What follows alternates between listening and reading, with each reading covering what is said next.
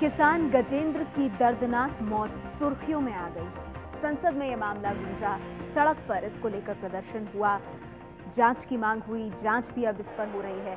लेकिन गजेंद्र जा चुका है अपनी रंग भरी जिंदगी को पीछे छोड़कर। कैसी थी गजेंद्र की जिंदगी और आखिर क्यों दौसा से दिल्ली तक वो आया मौत को गले लगाने?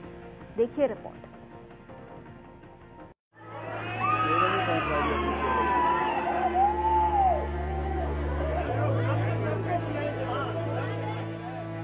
ख्वाहिशों की फसल सूखती है, सूख जाने दो।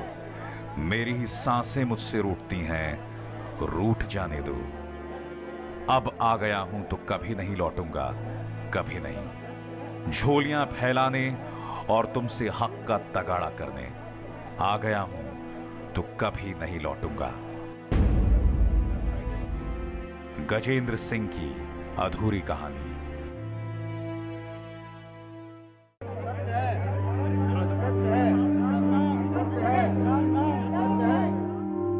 अब इस दुनिया में गजेंद्र नहीं रहे, उनका पार्थिव शरीर भी नहीं। राजस्थान के दौसा जिले के झामरवाड़ा गांव में गजेंद्र की चिता को उनके बेटे ने मुखाग्नि दी और 40 साल पहले शुरू हुई यह कहानी हमेशा के लिए खत्म हो गई।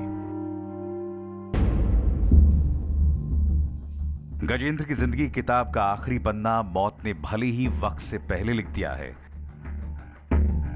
लेकिन गजेंद्र की दास्तान जिंदा दिली की ऐसी कहानी है जिसमें सपनों की ये गुलाबी पंख उसे एक और ही दुनिया तक ले गए थे। आरंभ है प्रचंड बोल मस्तकों के झुंड, आज जंग की घड़ी की तुम हार दो।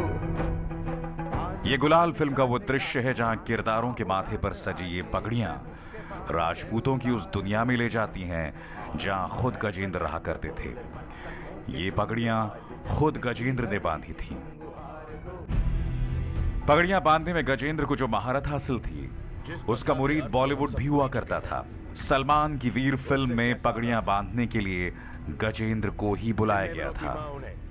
कमजोरों पर ताकत आजमाना कमजोरों की ताकत है। यह मेरे दद्दा की तलवार सिर्फ फिरंगियों की गर्दनों के लिए है। गजेंद्र की शौहरत के गुमनाम किस्से एबीपी न्यूज आपके सामने ला रहा है, क्योंकि गजेंद्र अब इस दुनिया में नहीं है। आम आदमी पार्टी की रैली में मौजूद हजारों की भीड़ के बीच अपने हुनर से संवारी गई कुछ ऐसी ही पगड़ी पहनकर गजेंद्र जिंदगी के आखिरी सफर पर निकला था। ये रंग बिरंगी राजस्थानी पगड़ी उस बदरंग वक्त भी उसके सिर पर सजी थी जब उसने खुदकुशी कर ली। अब गजेंद्र इस दुनिया में नहीं है, लेकिन इस हुनर की बेशुमार यादें पीछे छूट गई हैं। यह है jaipursafe.com नाम की वो वेबसाइट जो उसने अपने हुनर से चंद पैसे कमाने के लिए बनवाई थी। इस पर दर्ज है उसका नाम और उसका ये पता। वेबसाइट पर दर्ज हर तस्वीर उसकी काबिलियत की कहानी कहती है। देखिए राजनाथ सिंह के साथ उसकी ये तस्वीर, मुरली मनोहर जोशी के साथ ये तस्वीर, साहिब सिंह वर्मा के साथ भी गजेंद्र मौजूद हैं, अमर सिंह के साथ भी गजेंद्र दिख रहे हैं, राजस्थान के भंवर जितेंद्र सिंह के साथ भी मौजूद हैं गजेंद्र। तो ज्योतिरादित्य सिंधिया हो या फिर महाराजा सवाई भवानी सिंह, सबके साथ गजेंद्र की यह तस्वीर उनकी वेबसाइट पर मौजूद है। राजनेता ही नहीं, क्रिकेटर आशीष नेहरा को भी अपने सधे हाथों से पगड़ी पहना चुके थे गजेंद्र सिंह कल्याणवत। ये हुनर गजेंद्र ने कहां से सीखा ये तो पता नहीं, लेकिन वो 32 तरह से साफा यानी पगड़ी बांध सकते थे। तेजी इतनी कि महज 1 मिनट में वो 7 पगड़ियां बांध सकते थे। इसके लिए उन्हें राष्ट्रीय पुरस्कार भी मिला और अब तक वो 125 वर्कशॉप भी कर चुके थे। पेशे से किसान और हुनर से कलाकार थे गजेंद्र। नदियों में उनको साफे बांधते हुए भी और बंधवाया भी है, मैंने देखा है। और जिस त्वरित गति से वो साफे बांधते थे उसमें भी उन्होंने इनाम भी लिया है। गजेंद्र की मौत के बाद उन्हें गांव कुछ इसी तरह याद कर रहा है। उनकी जिंदा दिली और अपने साथी किसानों का दर्द बांटने में सबसे आगे रहा करते थे गजेंद्र। उन्हें बचपन से जानने वाले कहते थे कि उन्होंने हक की लड़ाई तो अपने स्कूल से ही शुरू कर दी थी। अब यानी कि हमारे जो ड्राइंग का टीचर नहीं था ना, उस पे भी यानी कि वो 3 दिन तक भूख हड़ताल पर रहे थे। अच्छा, स्कूल टाइम में भी एक ड्राइंग का टीचर नहीं था, इसलिए उन्होंने उसको लगवा के ही उन्होंने दम लिया। किसानों मजदूरों की आवाज के लिए वो लड़ जाया करते थे, सड़कों पर उतर जाया करते थे, उच्च अधिकारियों से भिड़ जाया करते थे। किसी का बीपीएल कनेक्शन करवाना हो, किसी की लाइट ठीक करवाना हो, किसी का और कोई कनेक्शन करवाना हो, उसके लिए वो सड़कों पर उतर जाया करते थे। बहुत ही भावुक किस्म के जिंदा दिल और जुझारू व्यक्तित्व थे। झामरवाड़ा के लोग बताते हैं कि गजेंद्र सिंह ने 12वीं तक पढ़ाई की थी और उसके बाद गजेंद्र सिंह ने खुद को अपने परिवार के खेतों में ही लगा दिया। गजेंद्र सिंह की शादी हो चुकी थी और उसके 2 बेटे और 1 बेटियां हैं। परिवार में माता पिता, 5 बहनें और 2 छोटे भाई हैं। लेकिन गजेंद्र की दिलचस्पी अपने चाचा गोपाल सिंह की तरह ही राजनीति में भी थी। कुछ और तस्वीरें देखिए। खेतों की दुनिया में जिंदगी खपाने से पहले गजेंद्र ने जयपुर के राज परिवार के पूर्व महाराज भवानी सिंह के सुरक्षा अधिकारी का जिम्मा भी संभाला था। लेकिन वक्त उन्हें अपने इस झामरवाड़ा गांव खींच लाया, जहां आज गजेंद्र नहीं, सिर्फ गजेंद्र की यादें हैं। इसी झामरवाड़ा गांव में गजेंद्र ने अपने 17 बीघा खेतों को संभालना शुरू कर दिया था। आंवले का एक बाग भी लगाया था, लेकिन बेमौसम बरसात ने उनकी ही नहीं, पूरे गांव की फसल बर्बाद कर दी। गजेंद्र की जिंदगी अचानक पटरी से उतर सी गई। गजेंद्र पहले से आम आदमी पार्टी से जुड़े हुए थे। वो अक्सर आम आदमी पार्टी की रैलियों में जाते थे। वो 20 बीघे की खेती भी करते थे, लेकिन इस बार पहले कम पानी की वजह से उनकी खेती कमजोर पड़ी और फिर फरवरी मार्च में पड़े ओलों से रही सही फसल भी बर्बाद हो गई। उनके पास 3 लाख रुपए बचत के पैसे थे, जिसे वो अपनी भांजी किरण कंवर की 27 अप्रैल को हो रही शादी में खर्च करना चाहते थे, लेकिन वो रकम भी खेती में खर्च हो गई, जिससे वो परेशान थे। लेकिन गजेंद्र ने हार नहीं मानी। वो फसल की बर्बादी का यह मुद्दा लेकर पहले राजस्थान और अब दिल्ली तक आ चुके थे। व्यक्तिगत हित के लिए नहीं गए थे, वो ये चाह रहे थे कि गांव और आसपास जो भी फसलें खराब हुई है, क्योंकि 3 बार बारिश हुई, ओलावृष्टि हुई, तो सभी लोगों के एक जो कंबाइंड जो नुकसान हुआ है उसका सरकार सुने, सभी की दोबारा गिरदावरी रिपोर्ट बने और सभी को दोबारा मुआवजा मिले, इसलिए वो दिल्ली गए थे। उम्मीद के साथ गए कि वो आम आदमी पार्टी ने सबसे ज्यादा मुआवजा दिया, शायद हमारे क्षेत्र के किसानों को कुछ भला हो, इस बात को रखने के लिए वो वहां गए थे। लेकिन मुश्किल कुछ और थी। दरअसल राज्य सरकार की ओर से अधिकृत तहसीलदार ने उनकी फसल की बर्बादी का जो अनुमान भेजा था, उसके मुताबिक उन्हें ही नहीं, पूरे गांव को मुआवजा नहीं मिल सकता था। ये तो पूरे क्षेत्र का सर्वे करके रिपोर्ट कर दी थी, गवर्नमेंट को भेज दी थी सर। इस एरिया में 24% नीचे नुकसान था, ऐसी कोई जो पात्रता में नहीं थे। जब तहसील स्तर पर बात नहीं बनी तो गजेंद्र सिंह के भीतर का राजनेता जाग उठा। गजेंद्र सिंह किसानों के हक में होने वाली कमोवेश हर एक रैली में शिरकत किया करते थे। साल 2003 और 2008 में विधायकी का चुनाव भी लड़ा था गजेंद्र सिंह ने।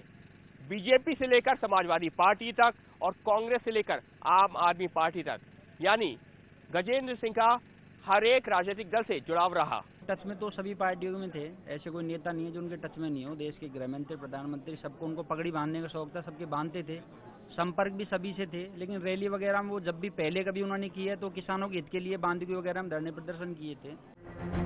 गजेंद्र की मौत के बाद सामने आई है उसकी ये डायरी, जिसमें मौजूद है खुद गजेंद्र की लिखावट। इस पर लिखा है गजेंद्र का नाम और नीचे समाजवादी पार्टी। यही नहीं, पूरी डायरी में उसकी राजनीतिक कोशिशों का लेखा जोखा दर्ज है, रैली से लेकर प्रदर्शन तक। यही नहीं, कवर पर एक नारा भी लिखा है। डायरी मिली है, ये वो डायरी है जो गजेंद्र सिंह कल्याण वक्त तैयार करते हैं, जिसमें उनके अलग अलग आर्टिकल्स जो होते हैं उनका जिक्र किया गया है। अलग अलग तरह के आर्टिकल्स हैं जिसमें अलग अलग राजनीतिक पार्टियों से जुड़े हुए हैं, सामाजिक मुद्दों से जुड़ा हुआ है। लेकिन इस पर गजेंद्र सिंह की वो राइटिंग भी देखी जा सकती है जो लिखी गई है। पुलिस की कोशिश ये है कि वो पता लगाए कि वो जो चिट्ठी मिली थी, वो जो सुसाइड नोट जिसको कहा गया, वो गजेंद्र ने लिखा है या नहीं लिखा, और उसमें सहारा लिया जाएगा एक ऐसी डायरी का जिस पर गजेंद्र सिंह की हैंडराइटिंग से कुछ चीजें लिखी हुई हैं। अब जरा वो खत भी देख लीजिए जिसे गजेंद्र के पास से बरामद हुआ बताया गया था। दिल्ली के जंतर मंतर में लिखे इसी खत से हुई थी गजेंद्र की पहचान। दोस्तों, मैं एक किसान का बेटा हूं। मुझे मेरे पिताजी ने घर से निकाल दिया है क्योंकि मेरी फसल बर्बाद हो गई है। मेरे पास 3 बच्चे हैं, मैं राजस्थान के दौसा जिले के बोड़ीकी के गांव नांगल झामरवाड़ा से हूं। मुझे घर जाने का उपाय बताएं। जय जवान जय किसान, गजेंद्र सिंह।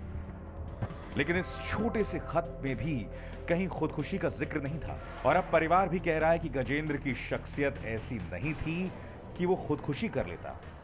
लगता है कि वो अपनी बात पहुंचाना चाहते थे, इसीलिए उन्होंने पर्ची लिखी थी।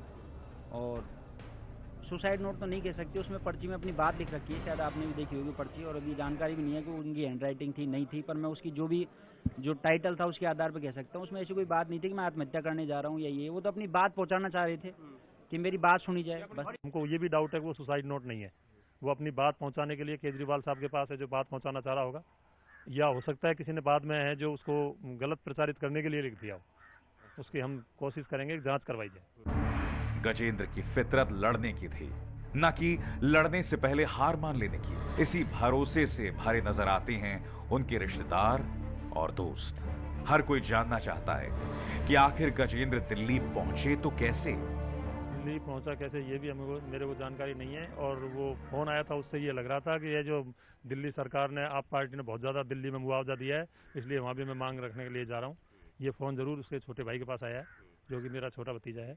बाकी ये पहले से हमको ये पता नहीं कि वो कहाँ जा रहा है, क्यों जा रहा है। अब तक जो खुलासा हुआ है उसके मुताबिक गजेंद्र अपने चौथे नंबर की बहन रेखा और जीजा सुरेंद्र के घर यानी जयपुर गए थे। वहां से दिल्ली गए, दिल्ली में अपने रिश्तेदार के घर ठहरे। अपने जयपुर के घर से वो 20 तारीख की शाम को दिल्ली गए थे और उन्हें 22 तारीख को ही वापस बांदी कुई दौसा पहुंचकर अपनी भतीजी की शादी में शामिल होना था। बहन की शादी छोड़कर परिवार में होती है, तो वो क्या था कि उनको वहां जाना था, उनकी भतीजी की शादी थी वहां भाणजी की, तो वो कल भात लेने जाना था। तो वो ये कह के गए थे और फिर वहां से पता नहीं कहां दिल्ली कैसे पहुंच गए। दरअसल 22 अप्रैल को दिल्ली की जंतर मंतर पर आम आदमी पार्टी ने रैली बुलाई थी और बिना परिवार को बताए वो इस रैली में शामिल होने का मन बना चुके थे। ये भी कहा जा रहा है कि उन्हें बाकायदा इस रैली के लिए आम आदमी पार्टी की ओर से बुलावा आया था। उन्होंने बताया कि मैं कुरुक्षेत्र, अभी तो कुरुक्षेत्र जा रहा हूँ और कुरुक्षेत्र के बाद में आम आदमी पार्टी की एक किसानों की रैली है, उसमें मैं जो है वहाँ जाऊँगा। और वहाँ मेरे को सिसोदिया साहब जो हैं उन्होंने मेरे को आमंत्रित किया है, बुलाया है, और वहाँ जाकर के सारी मांगे मंजूरी हमारी जो करेंगे, इस तरीके से वहाँ जाकर के सिसोदिया साहब ने मेरे को विशेष कर वहाँ बुलाया है। वो मनीष सिसोदिया जी से वो बात करते थे आम आदमी पार्टी में, अब उनसे उनकी बात हुई है नहीं हुई है, वो बात करके अपॉइंटमेंट लेके खुद गए थे या उन्होंने बुलाया था, ये बात तो जो दुनिया में चले गई उनके साथ चलेगी। लेकिन उनके भाई विजेंद्र और उनके चाचा को रैली में गजेंद्र के जाने के बारे में कुछ भी पुख्ता तौर पर नहीं पता है। उन्हें तो बस इतना पता है कि अगर गजेंद्र की मौत हुई है तो उसकी वजह वही राजनीति है जिसने उसे दिल्ली तक पहुंचा दिया। तो इकट्ठा किसानों को करने के लिए ज्यादा से ज्यादा आओ, और जब ऐसी घटना हो गई तो ना तो उस टाइम किसी ने वहाँ रोका। शायद एक मंत्री भी अगर उठ के ये कह देता मैं भाषण जब दूंगा जब इस कार्यकर्ता को उतार लिया जाए नीचे और इससे मैं बात करूंगा, तो शायद ये घटना नहीं होती। मतलब किसानों के लिए वहाँ नाटकबाजी कर रहे हैं, ये अपनी रोटियां सेक रहे हैं वहाँ पे, उनको नहीं आना चाहिए था। यहाँ पे एक बंदा तो आता कम से कम उनको तब से उतारा, उनको बचाया जा सकता था। ये मैं 100% इस चीज के लिए कमिटेड हूँ। यदि अगर वो सोचते तो बचा सकते थे।